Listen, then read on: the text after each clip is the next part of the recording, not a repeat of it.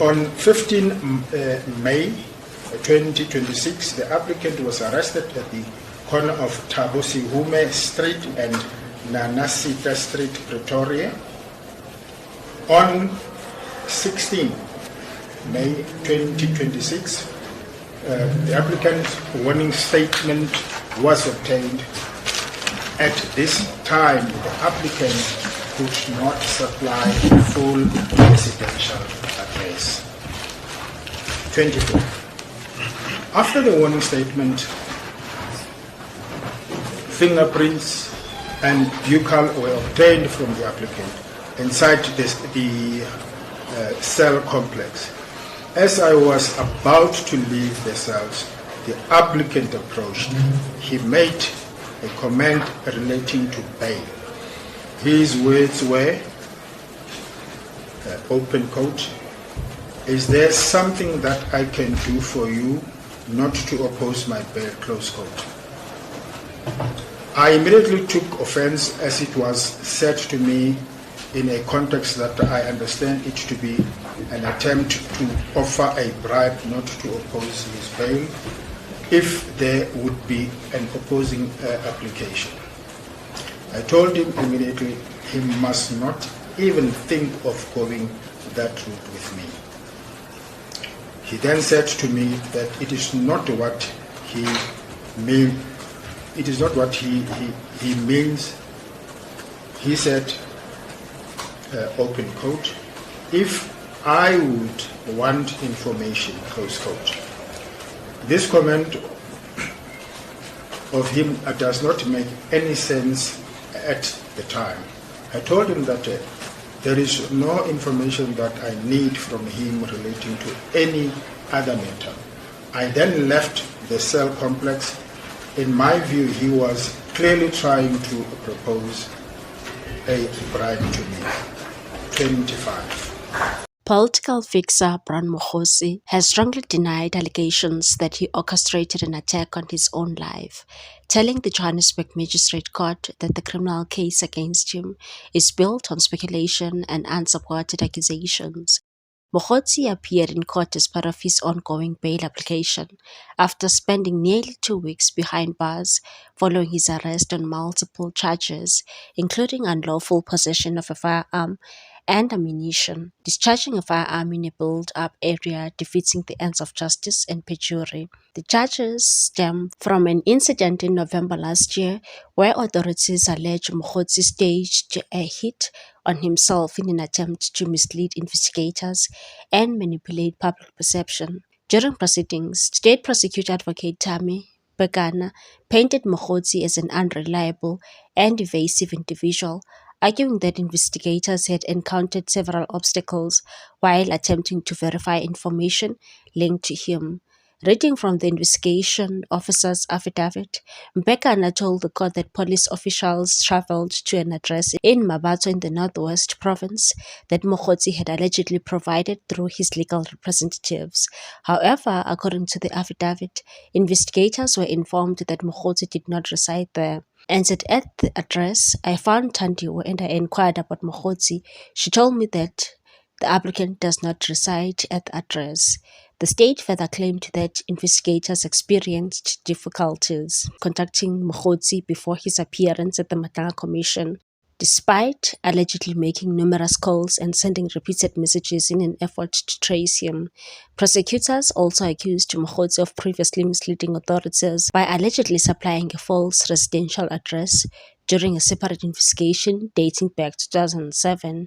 The state argued that this history raised serious concerns about his credibility and reliability before the court. Bekana maintained that the allegations against Mokgosi were serious and suggested that his conduct demonstrated a pattern of dishonesty and possible attempts to evade law enforcement processes. However, Mokhosi's legal team dismissed the state's claims as exaggerated and unfounded. His lawyer, William Tsekaja, pushed back strongly against the allegations surrounding the disputed address, insisting the investigator officer had been provided with accurate information, and said that the address is positive. I even sent a pin location to investigating officer via WhatsApp. Segacha argued that the state was attempting to create a misleading narrative in order to oppose bail, despite what it described as weak evidence linking Mogotsi to the alleged offences. Mogotsi himself also addressed the court, maintaining his innocence and denying any involvement in staging an attack on his life. He insisted that the case against him lacked substance and was driven by assumptions rather than concrete evidence. Political fixer further told the court that he was prepared to comply with bail conditions and stated that he could afford to pay 10,000 rand for his release. Meanwhile, Bron Mogotsi refused to answer several questions due to his fear of incriminating himself and the Madlanga Commission. The Madlanga Commission of Inquiry dismissed Mogotsi's application to have chief evidence leader Matthew Chaskalson SC recuse himself and another evidence leader lead his testimony. Mogotsi admitted to lying during ANC-linked businessman Suleiman Karim's testimony before the commission over 2 days in March, after initially claiming that Chaskalson initiated contact when, in fact, the opposite was true.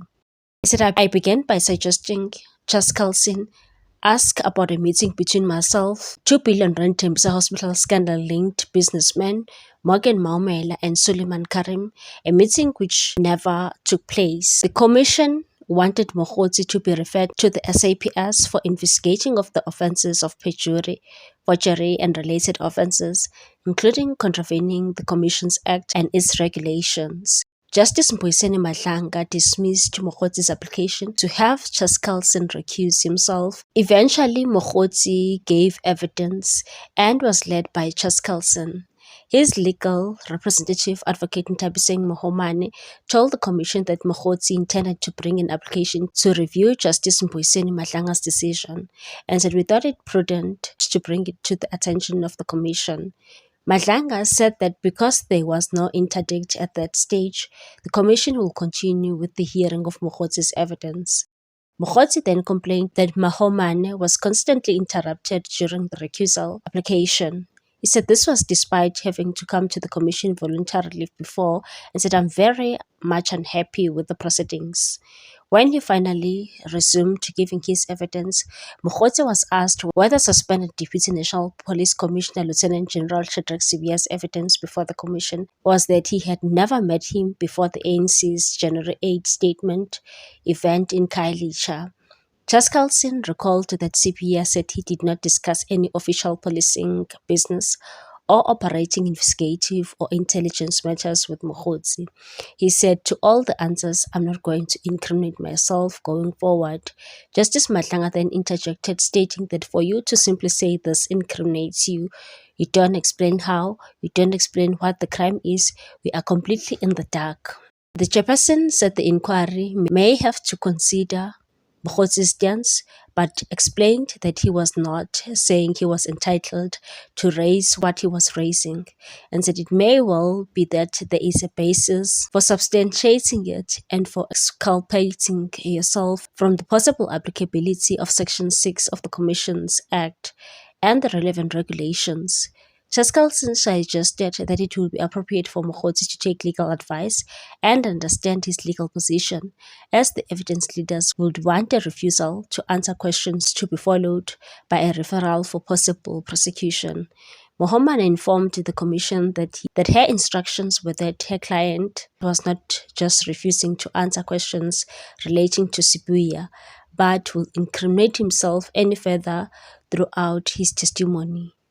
What's your take on this one, people? Thanks for watching. Please subscribe for more news.